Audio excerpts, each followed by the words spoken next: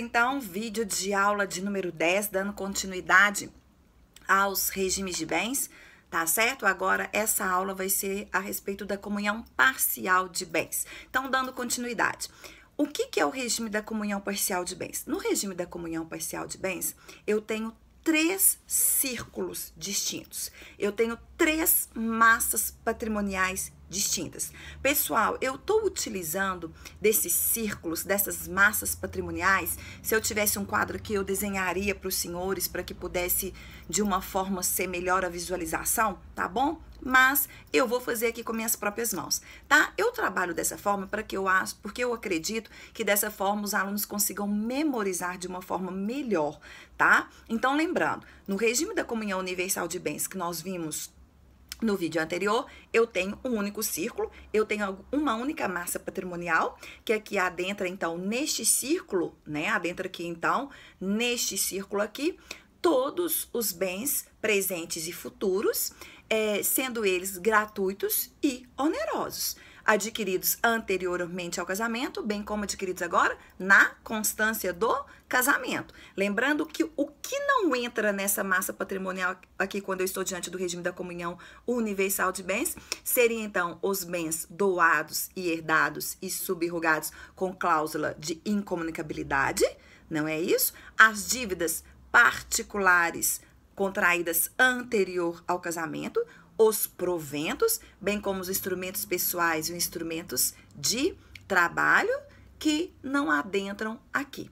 Tá certo, pessoal? Bom, agora regime da comunhão, então, parcial de bens. No regime da comunhão parcial de bens, pessoal, nós temos 3 massas. Então, eu tenho uma massa, que é a massa, vou trabalhar com José, de José, tá bom? Eu tenho a massa patrimonial aqui de Maria, e aqui embaixo eu tenho uma terceira massa patrimonial, que é o patrimônio comum de Maria e de José.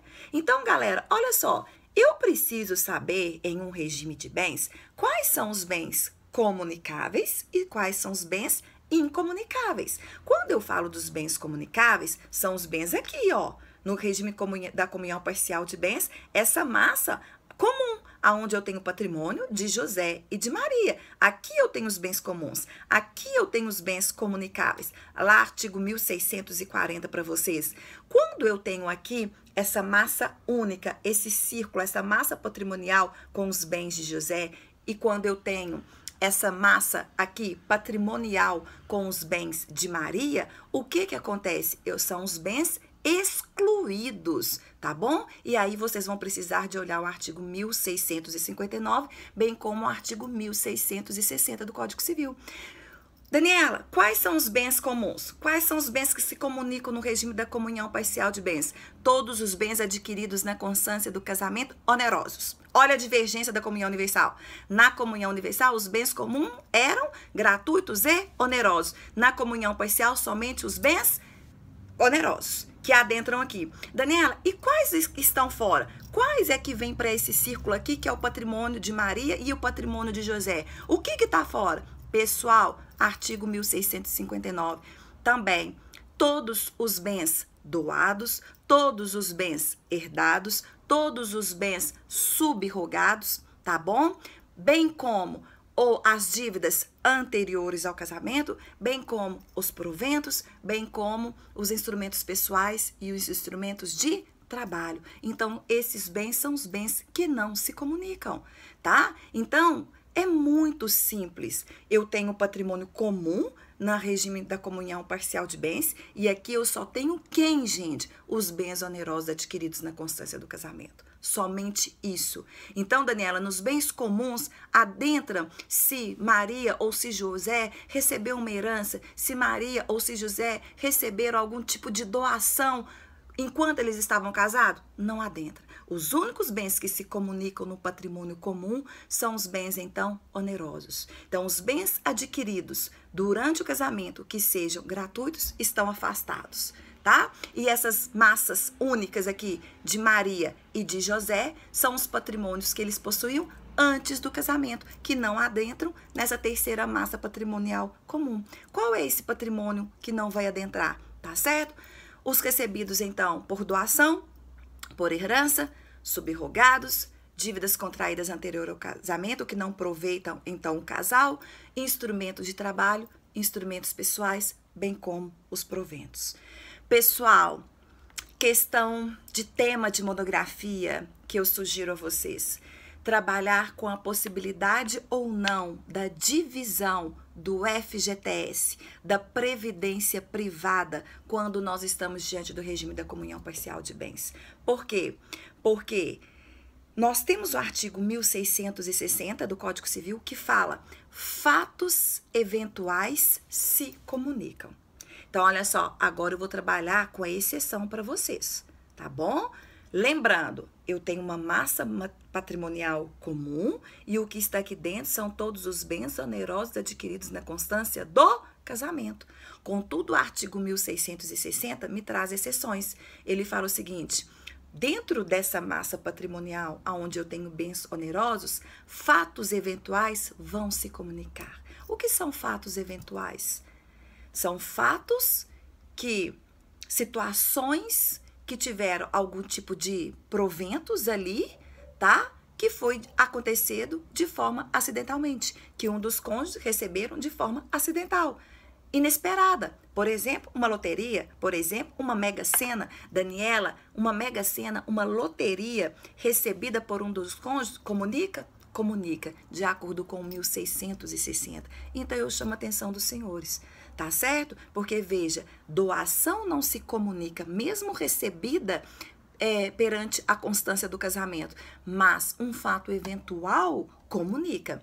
E ainda no artigo 1660, ele reza o seguinte, que os frutos dos bens incomunicáveis se comunicam. Então, olha só, Maria recebeu como herança um edifício com 3 apartamentos. Daniela, esse edifício com esses 3 apartamentos comunica? Gente, eu não quero nem saber quando que Maria recebeu essa herança, se foi durante o casamento ou se foi antes. Porque bens herdados ou doados não se comunicam. Mas olha só a exceção do 1660, galera. Reza que os frutos dos bens incomunicáveis se comunicam. Então, por exemplo, os aluguéis desses apartamentos se comunicam. Então, quando eu levanto a questão para vocês, se o FGTS, se uma previdência privada, ela pode ou ser ou não partilhada no regime da comunhão universal, se nós formos, tá, diante do 1660 do Código Civil, que fala do fato eventual, comunica-se. Mas se nós formos no 1659 e acreditarmos que isso, por exemplo, o FGTS estaria dentro de proventos, tá? Saldos, montepios, não adentraria. Então, eu aconselho aos senhores, como tema de monografia, é uma questão divergente para os tribunais e que vocês conheçam quais são os posicionamentos dos tribunais acerca dessa divisão, por exemplo, do FGTS, de uma previdência privada no regime da comunhão parcial de bens. Haveria possibilidade ou não? É um bem comunicável ou é um bem incomunicável? Seria somente uma questão de prova aberta também, porque não daria para discutir isso numa questão de prova fechada. Então, bom tema aí para vocês, para que vocês pudessem discorrer num trabalho de TCC de final de curso de vocês, tá bom? Bom, deixa eu ver. Eu acredito que sobre comunhão parcial de bens era o que eu tinha para falar para os senhores. Eu acho que eu não estou esquecendo. Lembrando que não precisa, então, de fazer o pacto antinupcial quando nós estamos diante, então, do regime da comunhão parcial de bens. Pessoal, além disso, então, nós temos a outra espécie de regime de bens, que é o regime da separação de bens, tá? Que está lá no artigo 1687 do Código Civil. Nós temos, então, 2 espécies de separação de bens. Nós temos a separação obrigatória de bens, que está lá no 1641, aonde nós temos 3 hipóteses: diante de suprimento judicial, diante de alguma das causas suspensivas e quando houver maiores de 70 anos. Lembrando que nós temos enunciados da Jornada de Direito Civil que fala o seguinte: se aqueles contraentes já viviam juntos, tá? Por união estável antes de completar 70 anos, uma vez completando 70 anos e optarem em casar, não precisa mais o regime da separação obrigatória de bens, uma vez que antes dos 70 anos já se viviam em união estável, tá bom? Pessoal, o regime da separação obrigatória de bens, eu também tenho 3 massas distintas.